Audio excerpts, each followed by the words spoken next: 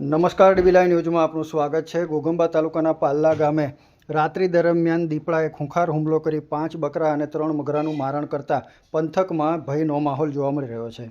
પાલ્લા ગામે ઘરના ઢાળિયામાં ઘૂસીને દીપડાએ આતંક મચાવ્યો હતો। પશુપાલક શંકરભાઈ રાઠવાને આ દીપડાના હુમલાના કારણે મોટું આર્થિક નુકસાન થયું છે।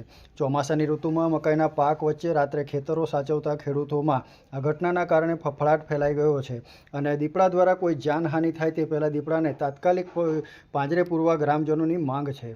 ઘોઘંબા તાલુકાના અંતરિયાળ વિસ્તારમાં આવેલા પાલ્લા ગામે ગઈકાલે રાત્રિના સમયે ખૂંખાર દીપડાએ અચાનક હુમલો કરી આતંક મચાવતા સમગ્ર વિસ્તારમાં ભારે ભય અને સનસનાટી વ્યાપી ગઈ છે। મળતી વિગતો અનુસાર પાલ્લા ગામના પટેલ ફળિયામાં રહેતા શંકરભાઈ રેવાભાઈ રાઠવાના ઘરના ઢાળિયામાં શુક્રવારની મોડી રાત્રે આશરે 1 વાગ્યાના અરસામાં એક આદમખોર દીપડો ત્રાટક્યો હતો। દીપડાએ ઢાળિયામાં બાંધેલી 4 બકરીઓ અને 1 બકરા અને મરઘા ઉપર લોહિયાળ હુમલો કર્યો હતો। ઢોર ઢાખર અને મરઘાના કરુણ ચીસો સાંભળી અને ઘરમાં ઊંઘી રહેલા પરિવારજનો જાગી ગયા હતા અને તાત્કાલિક બેટરી લઈ અને દોડી આવ્યા હતા।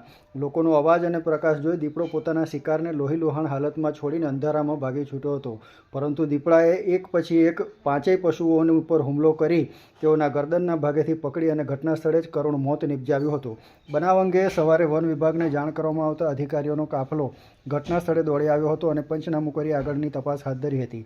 પશુપાલક શંકરભાઈના આજીવિકા સમાન પશુઓનું મરણ થતાં પરિવાર પર આર્થિક સંકટ આવી પડ્યું છે। હાલ ચોમાસાની ઋતુ ચાલતી હોવાથી આજુબાજુમાં ગાઢ ઝાડી ઝાખરા ઉગી નીકળ્યા છે અને ખેતરોમાં મકાઈનો ઊભો પાક છે। ભૂંડના ત્રાસથી પાકને બચાવવા માટે સ્થાનિક ખેડૂતો ફરજિયાતપણે રાત્રિના સમયે જીવના જોખમે ખેતરોમાં રાતવાસો કરી અને ચોકી કરતા હોય છે। આવા સમયે જ જંગલી દીપડાની સક્રિયતાના કારણે ખેડૂતો અને ગ્રામજનોમાં ભારે ફફડાટ જોવા મળી રહ્યો છે। ગામ લોકોમાં વન વિભાગ પ્રત્યે પણ ભારે રોષ જોવા મળી રહ્યો છે। સ્થાનિકોએ એક સુરે માંગ કરી છે કે જો વન વિભાગ દ્વારા તાત્કાલિક અસરથી આ વિસ્તારમાં પાંજરું ગોઠવી દીપડાને પાંજરે પૂરવામાં નહીં આવે તો ભવિષ્યમાં કોઈ મોટી જાનહાનિ કે માનવ હુમલાની ઘટના બની શકે છે। હવે જોવાનું એ રહે છે કે વન વિભાગ ગામ લોકોની સુરક્ષા માટે કેટલી ઝડપે કાર્યવાહી કરે છે। લક્ષ્મણ રાઠવા સાથે ડીબી લાઈવ ન્યૂઝ ઘોઘંબા। મરઘાએ બૂમ પાડી તે વખતે તમે દોડી આવ્યા હતા? હા, અહીંયા આવ્યા હતા દોડીને, અમે જોયું બેટરી મારીને, પણ એ પેલો ભાઈ નીકળી નાઠો ને અમે પછી જોઈ ગયા। બરાબર, તો આમાં કેટલા બકરાનું મારણ કર્યું છે? 5 બકરાનું મારણ કર્યું છે। અને એના સિવાય બીજું કોઈ નુકસાન? બીજું એના સિવાય 3 મરઘા। તમારું નામ શું છે? શંકરભાઈ રેવાભાઈ રાઠવા। આ બનાવ અંગે તમે શું કહેવા માંગો છો? અમે આ બનાવ અંગે એટલું કહેવા માંગીએ છીએ સાહેબ, કારણ કે અમે આ જે બકરા ચરાવવા ગયા છે ને તે વારે ઘડીએ કોતરની અંદર એ જોવા મળે છે દિવસના સમયે, અને આ ખેતી પ્રકૃતિવાળી બધી જમીનો આવેલી છે એટલે હમણાં ચોમાસામાં બહુ હંટાઈ રહે એવું બધી જગ્યા એવી થઈ ગઈ છે, કારણ કે એટલા કારણે આ દીપડાને ફોરેસ્ટ ડિપાર્ટમેન્ટને પિંજરું મૂકી અને કોઈ બી જગ્યા પર ખસેડવાનું એને એ કરો, કારણ કે અહીંયા આપણે આગળ બી 4 બકરા મારી ગયા હતા અને અત્યારે હમણાં પણ 5 બકરા અને 3 મરઘા લઈ ગયો। હવે આવું બધું નુકસાન કરી જાય અને બધા લોકો આ માલઢોર પર જીવતા હોય છે સાહેબ, કારણ કે કાલે ઉઠીને કોઈ બાળકો પર બી હુમલો કરી દે તો બી અઘરું પડી જાય। એટલા માટે અમે ફોરેસ્ટ ડિપાર્ટમેન્ટને એટલું કહીએ છીએ કે આને પિંજરું મૂકી અને તાત્કાલિક ધોરણે ગમે તે ખસેડવાનું એ કરો સાહેબ।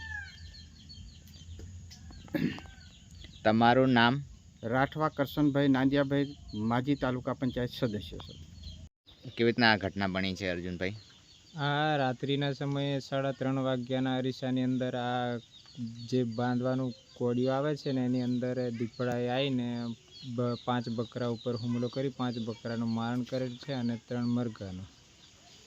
અને અમારી માંગણી એ છે ફોરેસ્ટ ડિપાર્ટમેન્ટ જોડે કે વારંવાર આ વિસ્તારની અંદર આ દીપડાના આતંકથી ઘણા પાલતુ પશુઓ ઉપર હુમલા કરવામાં આવે છે અને મારણ કરવામાં આવે છે, તો અહીંયા પાંજરું મૂકી એને પકડી રેસ્ક્યુ કરી કોઈક વાઇલ્ડ લાઈફ સેન્ચ્યુરી કે ઇકો સેન્સિટિવ ઝોન જેવા વિસ્તારની અંદર સ્થળાંતર કરવામાં આવે, જેથી આ માનવ વસાહતની અંદર આવા ઘાતકી પ્રાણીઓનું રેસ્ક્યુ કરી એમને સ્થળાંતરિત જગ્યા પર મૂકવામાં આવે અને યોગ્ય વેતન ફોરેસ્ટ ડિપાર્ટમેન્ટ તરફથી આપવામાં આવે છે। એક બકરાના 5,000, પણ જે આપણે માર્કેટમાંથી લેવા જઈએ છીએ ને તો એ 5,000ની અંદર નહીં મળી રહેતું, તો અમારે ફોરેસ્ટ ડિપાર્ટમેન્ટને એવું કહેવું છે કે આ તમારા જે હિંસક પ્રાણીઓ છે એમનું રેસ્ક્યુ કરી સ્થળાંતર કરો, કાં તો પછી અમને એ પશુનું જે મારણ થયું છે એ પશુ બીજું ખરીદીને આપવામાં આવે, કેમ કે આ વિસ્તાર ખેતી અને પશુપાલનથી સંકળાયેલા લોકો છે, તો પછી આ રીતના હિંસક પ્રાણીઓ આવીને હુમલો કરી અને પશુનું મારણ કરી જાય તો પછી આ લોકોનું જીવન નિર્વાહ